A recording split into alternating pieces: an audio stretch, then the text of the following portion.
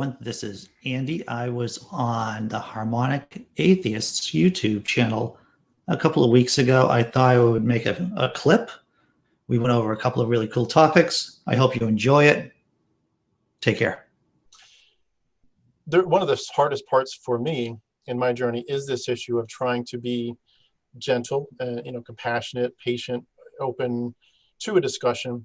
But at the same point, there's like, come on, guys, this is bullshit. You're talking about a talking snake. You're talking about a flood. You're talking about stuff that archaeologically we can see there's no evidence for it here or there. Just so much stuff. I mean, it's endless. The sun stood still, and you're like, you get frustrated. You're like, this is stupid, and you kind of want to say, look, if you won't bring a little bit of rationality to the table, I'm not going to keep on doing this. But at the same point, then you're kind of cutting off. You're kind of shutting conversations down. How do you balance that and keep lines open? Because obviously, especially with loved ones like extended family, you don't want to just be like, screw you, you're stupid. Yeah. A friend of mine told me this. He didn't think of this himself. This statement that we are reasonable, we are capable of reason, but that does not make us reasonable creatures. Yeah. So from what I've seen of our species, people, sure, we can do wonderful things. But I think under normal circumstances, we just work on inertia. Yeah. And organizations are like that too, because as we've seen in the pandemic, in this crisis, that when people actually have to start thinking for themselves, when organizations have to start thinking for themselves on the fly, we do a horrible job at it. Yeah. More or less, being able to take in data, new data, and formulate new opinions from that and execute on that, that is a heavy lift for most of us. And for me, it's heavy. It's like, I have a conservative bias, just like most of us do. And a conservative bias is that when you have the new information coming in, your first knee-jerk reaction is saying, well, that can't be right. And so I try to remind myself, or to try to be mindful of my own conservative bias. And when someone is spouting what in all appearances looks insane about either global climate change or wearing a mask, it's like, well, this could just be an aspect of conservative bias. So that helps temper my opinion. And to tell you the truth, as a comedian, I have it easy in a certain way. Just like in a strange way, therapists have it easy. And I don't want to be crapping on therapists because, therapists do a wonderful job. And when you're good at it, it's like magic. That's what it is. But what we do is that we try to open up these cognitive spaces and spaces for emotions, right? So just as therapy, people hear things that they would not normally hear. People say things that they think are, is unspeakable. They feel things that not permissible. And in a lot of ways, comedy is like that. You're creating a space where people get to feel the feelings that they are very uncomfortable about and to look at ideas in a new way. Yeah. Do you feel like that came into your deconversion process? I know I'm jumping a little bit. Do you feel like that was like, it was really hard for you to imagine a life outside of religion after? Oh yeah. Well, when Christians tell me that they don't see why life would be living without Jesus, without having a personal relationship with Jesus, like, I understand that. Mm-hmm. I totally understand that. That is an irrational, emotional thing that you're feeling, and that's the pernicious effect of faith, isn't it? Is that the religious institutions, they get us at an early age and intentionally create this irrational relationship, this purely emotional relationship with their institution.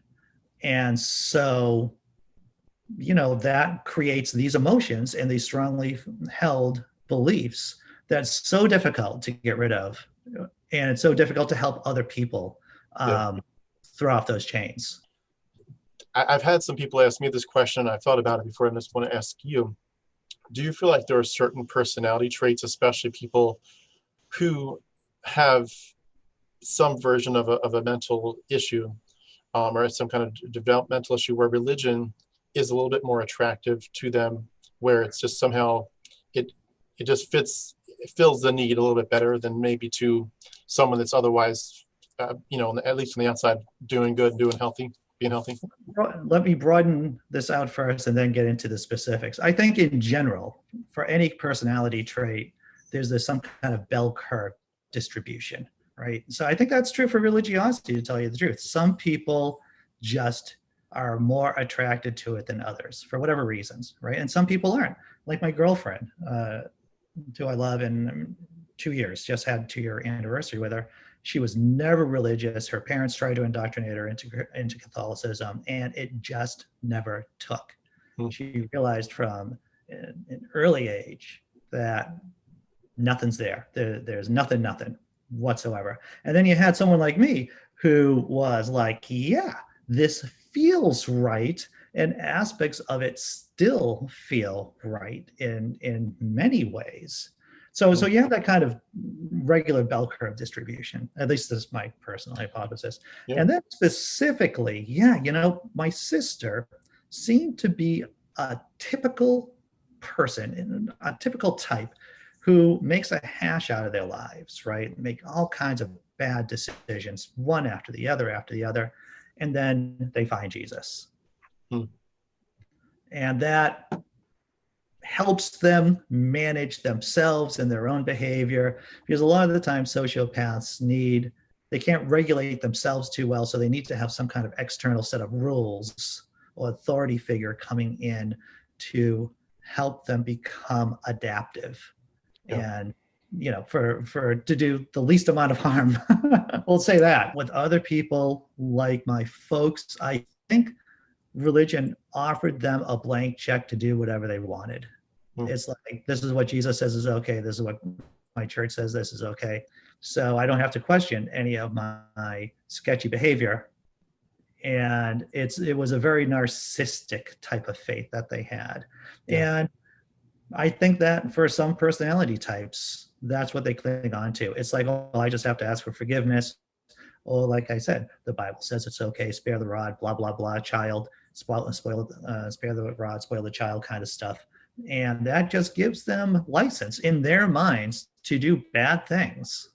Like I've really been thinking through that. Someone many months ago said this is really a death cult, Christianity. And of course, when you're in Christianity as a believer, you don't really think of it that way.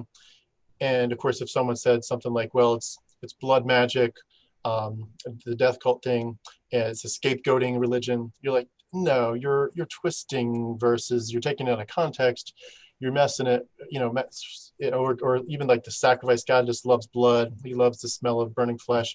Like, no, you're totally twisting it. And once you get out of it, you're like, you know what? It was a death cult. It was about blood magic. And you're like, why didn't I see that? But it helps you though, once you realize, you're like, that's how the people on the inside, they still can't see that that's how ridiculous it is. And it helps you to think through their thought process. I don't know if I told you the story when you were on my channel, but I went to the Holocaust Museum down in DC. This is years ago when it first opened up.